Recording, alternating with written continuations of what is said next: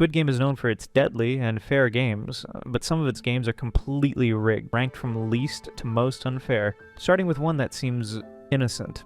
Dakji. This innocent paper game hides the most twisted recruitment strategy ever. The Recruiter's the Dakji game from Season 1. Episode 1 looks like a simple challenge where Gi-hun can win 100,000 won for flipping paper tiles. If he loses, he just gets slapped instead of paying money. Seems fair enough, right? Wrong! The Recruiter specifically targets vulnerable, debt-ridden people at train stations. He's not offering a fair opportunity. He's hunting for desperate souls to feed into a death tournament. The game itself isn't rigged, but the entire premise is a lie. Players think they're getting a chance at easy money when they're actually being marked for execution. 그럼 몸으로 때우시면 됩니다. 몸으로요? The Recruiter knows exactly what type of person will accept this deal. Someone so broken by debt that getting slapped feels like a reasonable risk. This deception sets the tone for every unfair twist that follows in the tournament. But this is nowhere near as rigged as the Season 1 finale. The final Squid Game from Season 1, Episode 9 takes a childhood playground activity and turns it into a brutal death match. Players must navigate a squid-shaped diagram with offense and defense roles, but the real goal becomes physically destroying your opponent. Victory goes to whoever is most willing to be ruthless, not skilled. The rules are deliberately ambiguous.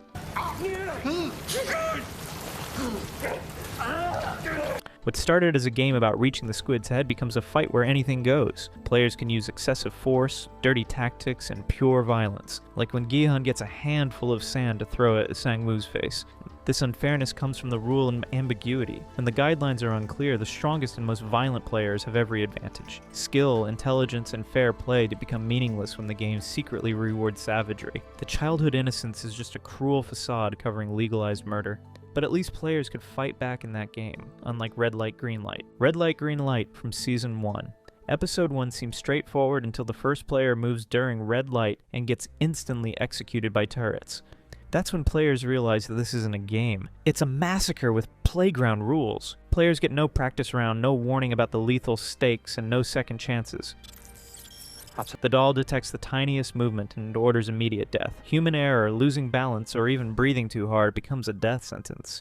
The real unfairness is the psychological manipulation. Players came expecting competition, not execution. The cute doll singing a children's song while ordering mass murder creates cognitive dissonance that breaks people's minds. But this is far from the most unfair game on the list. The six-legged race from Season 2 groups players into random trios with their legs tied together. They must complete a nearly impossible obstacle course where one person's mistake kills the entire team. This group punishment system means you can play perfectly and still die because of your teammates' errors. The random grouping makes it pure chance whether you get athletic partners or people who will drag you down.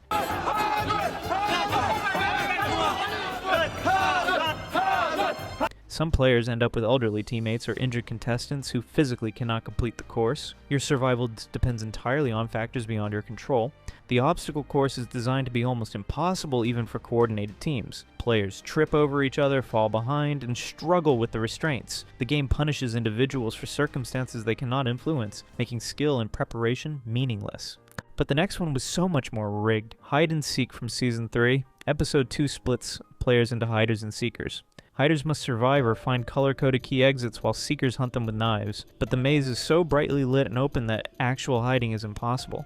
The game creates false hope by pretending stealth matters when visibility is unavoidable. Every corridor is illuminated, every corner is exposed, and every movement is visible. Hiders desperately scramble for exits, while seekers easily track their prey. The color-coded key system forces hiders into visible, desperate searches that expose them to certain death. The unfairness comes from the impossible premise. You cannot hide in a brightly lit maze with no cover. The game promises stealth gameplay but delivers certain visibility. Players who might excel at actual hiding are doomed by an environment designed to prevent concealment. Not only that, but when the players finally find an exit, they find out they need 3 keys, which they wouldn't know until they found it. The next game was way more unfair though. The Sugar Honeycomb Challenge from Season 1, Episode 3 requires players to carve delicate shapes from brittle candy using only thin needles. But the shape selection is completely random, creating massive unfairness. Choosing the simple circle gives you decent odds, while selecting the complex umbrella guarantees almost certain death. Players cheated by smuggling lighters to heat their needles, using saliva to soften the candy, or finding other creative methods. Gi-hun uses spit to weaken his shape's edges. The guards notice these tactics, but deliberately allow them because they understand something darker. The real game isn't about following rules, it's about watching desperate people break down morally. The guards let players cheat because seeing their humanity crumble provides entertainment. If you're enjoying this ranking, make sure to subscribe because I'm about to reveal the most evil, unfair games. Section 8, Marbles Rank 5. The marble game from Season 1. Episode 6 tricks players into pairing up, believing they'll work as teammates. Then they're told to compete for all marbles using any rules they want. Winner survives, loser dies. This forced betrayal destroys trust and partnerships in the cruelest way possible. The unfairness comes from the emotional manipulation. Players form genuine bonds with their partners, sharing stories and building trust. Gi-hun connects with the old man while Sang-woo befriends Ali. Then they're forced to destroy these relationships for survival. Sang-woo's betrayal of Ali is particularly brutal. He convinces Ali to close his eyes during their final exchange, then substitutes rocks for marbles. Ali dies believing his friend played fairly. The game encourages deception and backstabbing by providing no oversight or moral boundaries. Players must choose between death and destroying their humanity. What Sang-woo did to Ali will haunt you, but Russian roulette removes skill entirely. Russian roulette from Season 3 represents pure chance with zero skill involved. Players take turns with a revolver loaded with a single bullet. Your survival depends entirely on turn order and the random position of the bullet. There's no strategy, no preparation, no way to influence the outcome. The turn order becomes everything. Going first versus last dramatically changes your survival odds, but this assignment is arbitrary. Players cannot negotiate, trade positions, or use any ability to improve their chances. The game reduces human life to mathematical probability. The strict supervision makes cheating impossible. Guards watch every movement, ensuring players cannot manipulate the weapon or ammunition. The only psychological element involves trying to rattle opponents' nerves, but this provides no actual control over the deadly outcome. Skill becomes meaningless when success depends on pure chance. At least Russian roulette had structure. The night riots had no rules at all. The unplanned violence from Season 1. Episode 4 happens during scheduled rest when guards shut off lights and allow players to attack each other. This creates survival of the fittest chaos with no formal rules or protection. The staff deliberately orchestrates maximum carnage during what should be safe downtime. Gangs form instantly and prey on weaker contestants who have nowhere to hide. Players hoard makeshift weapons, use mattresses as shields, and turn on their former allies. The darkness provides cover for brutal attacks while guards refuse to intervene or restore order. The unfairness comes from the complete lack of structure. There's no competition, no skill-based challenge, no way to win through intelligence or strategy. Only physical strength and willingness to commit violence matter. The staff themselves become the ultimate manipulators by enabling this bloodbath while pretending it's natural player behavior.